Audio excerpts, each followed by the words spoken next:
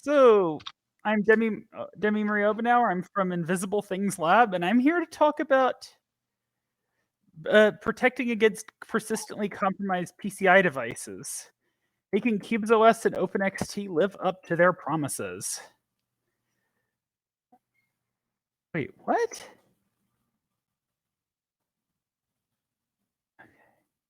Thanks. Guess I'll just have to go to the unfull screen view then. Anyway, so table of contents. So first, PCI pass-through. Why do we use it? Well, it's the only way to isolate PCI device drivers. And we have to do that in practice because stuff like network and USB stacks has way too much attack surface, especially for stuff like Wi-Fi. It relies on the IOMMU to enforce isolation, and if properly implemented, it's believed to be secure at least until the system reboots. The problem happens when you reboot, because real devices are stateful, and some of that state may be persistent across reboots, like option ROMs or firmware or even intentional storage. And even when it's not persistent, a host reset might not clear it, and attackers can exploit this. So here's how the attack works. You compromise a VM with an attached PCI device. You then use that to either compromise the device itself, or you trick it into doing an operation at late. And by late, I mean after the host resets. And then you wait for the host to reset, and then the device compromises the system when it's booting up. So what does that mean in practice? Well, it means that if you have a discrete USB controller or a discrete NIC as opposed to the one that comes with your chipset, you may be vulnerable to a sysUSB to DOM0 or sysnet to DOM0 breakout. It means that GPU pass-through probably isn't secure, and that storage pass-through probably isn't secure either. Like storage referring to like NVMe device pass-through. And this isn't good. So why does it work? Well, for one, exit boot services disables the IOMMU for compatibility. Also, first instruction DMA protection requires either boot guard or platform secure boot, depending on what vendor you have. And so that unfortunately means that a secure system has to use it.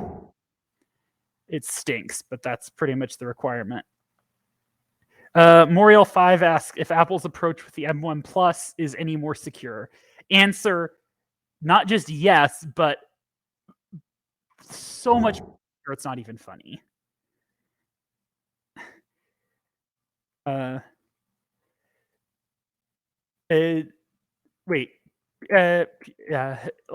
is vastly more secure because all their devices are local.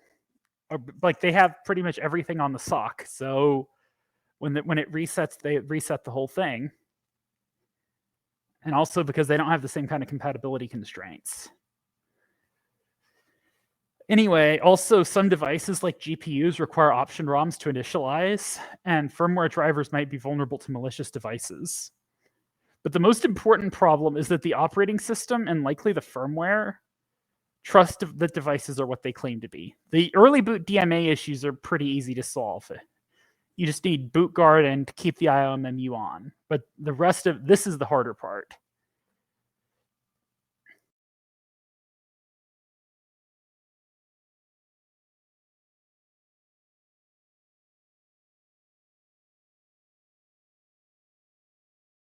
Demi, you're on mute.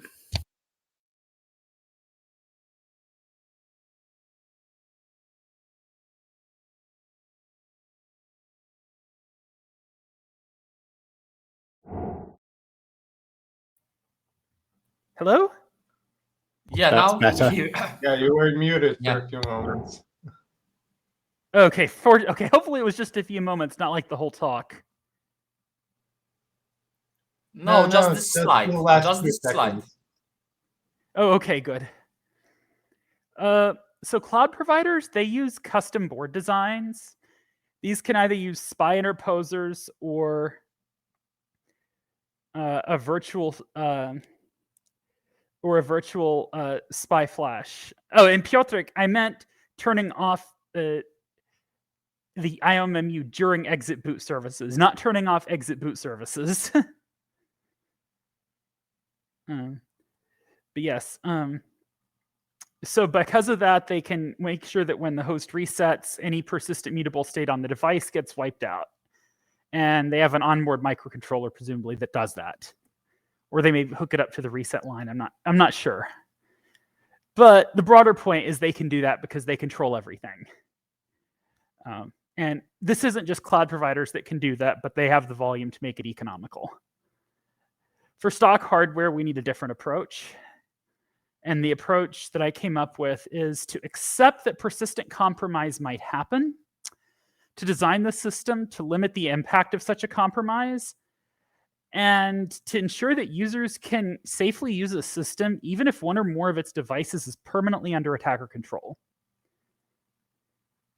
And to be clear, this is about compromised devices, not about whatever the PCI analog of a USB killer is, because no matter what you do to the firmware of a GPU, for instance, you aren't going to be able to turn it into a USB killer. So for this purposes, I'm considering that out of scope. The assumption is that the device was at least hardware was not purpose built to be malicious, but that it may have been compromised since then. So what's the root cause of this? The firmware and the operating system don't know what to trust. If you have for a server, you can afford to just say, we don't trust anything, as long as you've got attestation. But unfortunately, that doesn't work on desktops because to a user, some of those devices are the system. My laptop is not, to me, the CPU or GPU. It's the keyboard, the mouse, the microphone, the speaker, the display. It's those things, the things that I as a person actually interact with.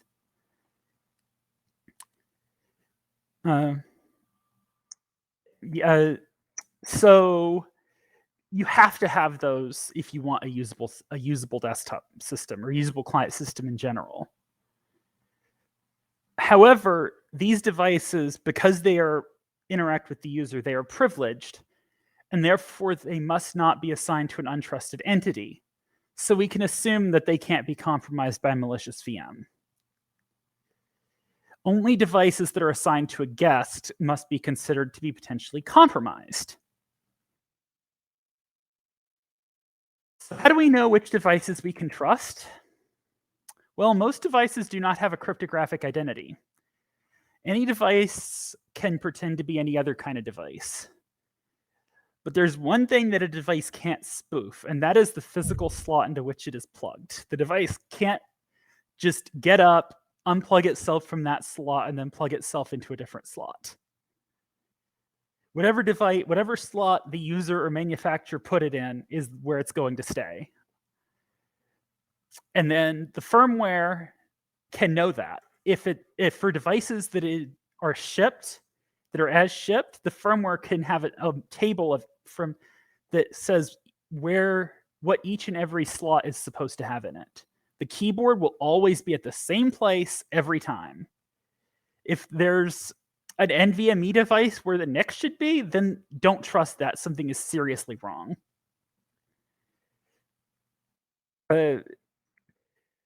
Firmware also knows which slots were shipped empty, like extension slots on desktop motherboards.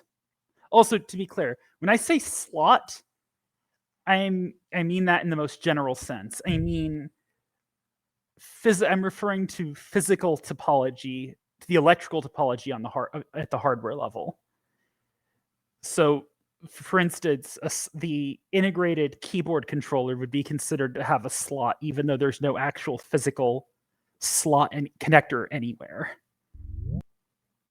For the most general. And as far as the question about USB hardware, no, because a USB killer requires a bunch of capacitors that a GPU is not going to have a bunch of capacitors designed to be charged to high voltage and then discharge. So using this information, the information about what is supposed to be in each slot. And by the way, the reason I'm using slot as opposed to PCI bus slot function is because I'm referring to something that's not affected by by PCI renumbering. This is something that exists that is purely at a hardware level and is independent of PCI device, of whatever the firmware does. And it's going to be the same every time the system boots. Yeah. Uh-oh, what's wrong with this picture? We'll discuss that afterwards. Anyway, so most devices shipped by the vendor are trusted. The exceptions are stuff that either has removable media or is going to be assigned to a VM by default. So your NICs, your USB controllers, your SD card readers, things like that. Third-party devices are by default should be untrusted. So how do we preserve this through boot? Because just having this table is not of any use if nobody looks at it. So the firmware already provides a very large amount of information to the OS. So which devices are trusted and what kind of devices in each slot can just be new tables. The OS can simply refuse to use devices marked untrusted in the firmware. And for Linux and Zen, that would be to assign them to PCI back. This works with DRTM as well because firmware can sign the information during very early boot with a TPM bound key that is unusable later, and this signature can be checked by the MLE. So how are we going to expose this to the user? Well, the OS doesn't know enough information to tell the user where each slot is, unless we're going to build this giant database, and I don't think we want that. But the firmware knows. So the firmware can provide the operating system with a visual representation of the system and of each and every slot that it has. And then the operating system can present that to the user through a GUI. This is similar to what was proposed for USB devices at Cube Summit 2023, but this time for PCI devices. So what if the system changes? Well, trust may need to be updated. Devices can go from trusted to untrusted over time, and a new device may be trusted or untrusted. So when something changes, the OS informs the firmware, and then the firmware uses the updated information for new trust decisions in the future. So here's an example where a device that had been trusted becomes untrusted. So Alice's system ships with an integrated GPU and a discrete GPU. And by default, they're both trusted. But now Alice decides, I don't use my discrete GPU for anything interesting, and I want to do gaming on Windows, so I'm going to assign it to my Windows gaming VM. And we'll suppose Alice is using cubes. And so they tell the firmware that the NVIDIA GPU is now untrusted. Oh, cubes tells the firmware. And then on subsequent boots, the DGPU is not used by the firmware, and Zen puts it in the quarantine domain until it gets assigned to the Windows VM. So if the Windows VM compromises it, well, it can only compromise itself. So now let's consider a new trusted device. Bob's system ships with 2 terabytes of NVMe storage, and say they decided to add another 2 terabits of NVMe storage. So on next boot, the system pops up a message explaining the physical location of the slot and asking the user what they inserted. And Bob answers that they inserted a trusted NVMe storage device. And on subsequent boots, this will be considered trusted. So a new untrusted device. Claire needs to recover some information from a system she doesn't trust. She inserts the NVMe drive that she took from that system into a slot and tells the system that that device is untrusted. So she assigns it to a disposable VM, gets the data off of it, and then reboots. She forgot to remove the device, but no big deal.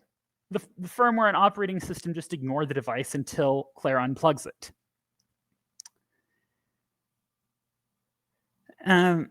So now, finally, what if the firmware does have some sort of out-of-band knowledge and out-of-band ability to reset things? So the user assigns a device that's been designed for safe PCI pass-through, or which we know doesn't have persistent mutable state, or we know that it can be reset. In this case, say the firmware knows that it can forcibly reset the device by asserting a GPIO that, I don't know, say, cuts the power for long enough for all the capacitors to discharge, and the device has no flash, just to give an example.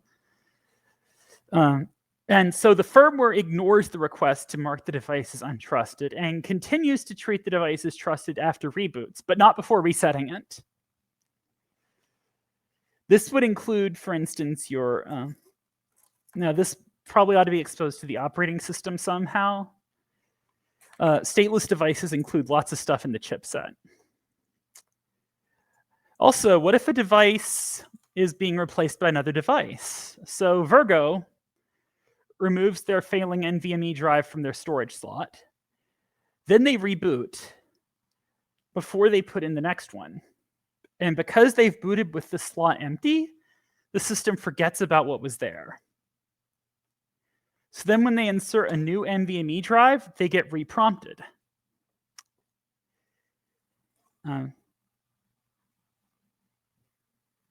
Good. So what are the requirements of this? Well, you don't need special hardware. You can retrofit this with a firmware update to an existing system. But it does require operating system interaction. So how are we going to do that? So the firmware already provides a bunch of tables to the OS. For x86, we should probably just use a new ACP table because even non-UEFI firmware uses it. For other platforms, we can just use device tree or a known location in memory. And for DRTM support, the table can be signed early with a TPM-bound key that is later unusable. So what about OS to firmware? Well, the OS needs to be able to update this device trust status. On non-DRTM systems based on UEFI, we could use EFI variables for this. But on DRTM systems, UEFI runtime services are unavailable for security reasons unless there's a protected EFI call mechanism. And we don't want to disable DRTM because it might mean the user can't even boot without a recovery phrase. So a possible solution is a TPM signed file on the EFI system partition. That might be an option there, assuming you have an EFI system partition. So the conclusion is that persistent compromise via PCI devices is a significant threat to Cube's users. Thankfully, we can solve this problem via firmware and OS updates, so let's start working on them.